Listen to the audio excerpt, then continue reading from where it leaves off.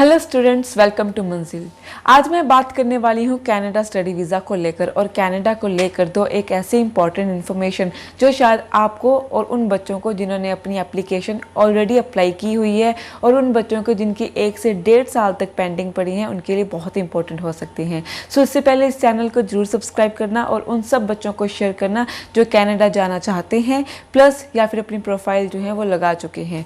सो यहाँ पर मैं बात करने वाली हूँ जनवरी एंड अक्टूबर। सो जनवरी और अक्टूबर जो इनटेक था हमारा, ऑफ कोर्स वी नो कि अक्टूबर इनटेक जो है हमारे ऑलमोस्ट उसके रिजल्ट्स जो हैं वो देखने को मिल चुके हैं और जिन बच्चों ने अप्लाई करना था वो कर चुके हैं, तो उनके रिजल्ट्स जो हैं वो आने लगे हैं। और जनवरी को लेकर जो डाउट्स थे और जनवरी को लेकर जो एडमिशन प्रोसेस हमने शुरू किया था कनाडा ने, तो उनकी तरफ से उन्होंने एक बहुत ही एक पॉजिटिव एस्पेक्ट दिया है रिजल्ट्स देकर। यस स्टूडेंट्स, जो जनवरी इनटेक हैं उसके रिजल्ट्स आने स्टार्ट हो चुके हैं, चाहे वो कम मात्रा में हैं बट आने स्टार्ट हो चुके हैं। तो इसलिए मैं बार बार उन सब बच्चों को ये एडवाइस दे रही हूँ जिन्होंने कनाडा के लिए अप्लाई करना है कि January intake is open right now. तो इससे पहले वो बंद हो जाए या फुली ऑक्यूपाइड हो जाए, अपनी जो फाइल्स हैं वो जल्द से जल्द जो हैं वो लगवाएं, लॉन्च करवाएं, क्योंकि जनवरी इनटेक के बच्चों ने जो अप्लाई किए हुए थे बहुत ही अर्ली मंथ्स में, तो उनके रिजल्ट आने स्टार्ट हो चुके हैं। इसके अलावा मैं ओवरऑल बात करूँ कि जो हमारे क्यूबेक वाले स्टूडेंट थे कि जिनकी पेंडिंग रिजल्ट थे, तो 2 कॉलेजेस की तरफ से हमें जो है वो न्यूज़ सुनने को मिली है। एक हमारी CDI कॉलेज है और दूसरा है हमारा कनाडा कॉलेज। सो ये 2 जो कॉलेज थे जो बैन लिस्ट में थे, इनकी तरफ से भी जो हैं वो रिज़ल्ट आने स्टार्ट हो चुके हैं एंड आई होप उन सब बच्चों के लिए जिनके रिजल्ट्स पेंडिंग पड़े थे उनके रिजल्ट्स आ चुके हैं। एंड इन केस अगर आपको अपना कोई रिजल्ट्स जो हैं, चाहे आपने किसी और कंसल्टेंट के थ्रू भी अपनी फ़ाइल लगाई है बट आपने जो है अपने रिजल्ट्स के बारे में या अपने प्रोफाइल के बारे में कुछ भी पता करना है, इंक्वायरी करनी है, फर्दर हमसे जो कांटेक्ट करना है, तो आप हमसे जो है हमारे स्टाफ से जो है कांटेक्ट करके अपनी डिटेल्स जो हैं क्लियर कर सकते हैं।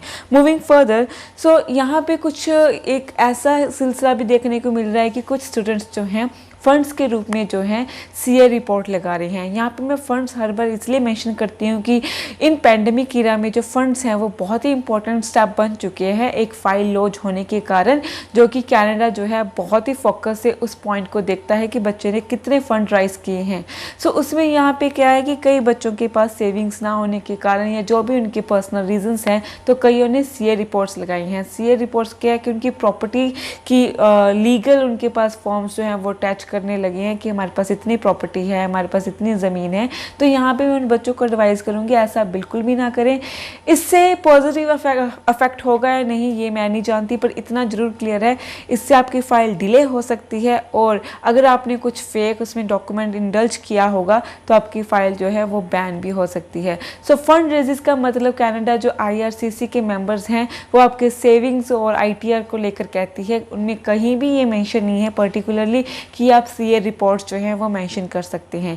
एंड यहाँ पे जो फंड्स की बात है, सो फंड्स जो है आपके सेविंग इतनी आपको दिखानी पड़ेगी जितनी आपके कोर्स ड्यूरेशन है। फॉर एग्जांपल जिस बच्चे की 2 इयर्स का कोर्स है, सो 1 साल के बाद उसने जो 1 साल की फ़ीस भरी है प्लस उसको उतने फ़ंड दिखाने पड़ेंगे सो दैट कि वो अपने अगले साल की फ़ीस भी है वो पे कर सके। सो मिनिमम उसको 7 से 8 लाख के जो हैं वो फ़ंड मिनिमम दिखाने पड़ेंगे।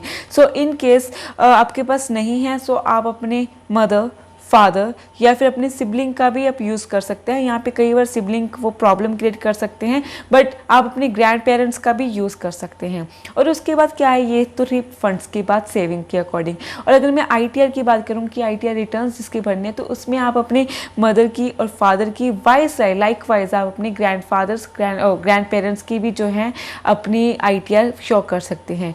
प्लस आप इसमें जो है अपना जॉइंट अकाउंट जो है वो भी शो कर सकते हैं नेम होल्डर के साथ कि आपकी मम्मी और पापा का जो मदर फादर का कंबाइंड अकाउंट है आप वो भी शो कर सकते हैं, अपने ग्रैंडफादर ग्रैंड मदर के कंबाइंड अकाउंट को भी शो कर सकते हैं। सो जॉइंट अकाउंट भी आप इसमें शो कर सकते हैं, बट फंड्स जो हैं वो आपके सेविंग में होना चाहिए और आपकी जो क्लब इनकम है फैमिली की वो आपके 7 से 8 लाख मिनिमम आपको शो करनी ही पड़ेगी, सो दैट जो है आपके कनाडा में जो है फंड्स के अकॉर्डिंग कोई प्रॉब्लम ना आए और आपकी प्रोफाइल जो है वो सिर्फ फंड्स के अकॉर्डिंग जो है वो रिजेक्ट ना हो। सो जो बच्चे CA रिपोर्ट्स लगा रहे थे वो इस बात का ध्यान रखें। और फंड्स और ITR रिपोर्ट के बारे में अगर आपको कोई भी जानकारी चाहिए तो नीचे दिए गए नंबर्स पे कॉल कर सकते हैं या आप हमें विजिट कर सकते हैं। Thank you.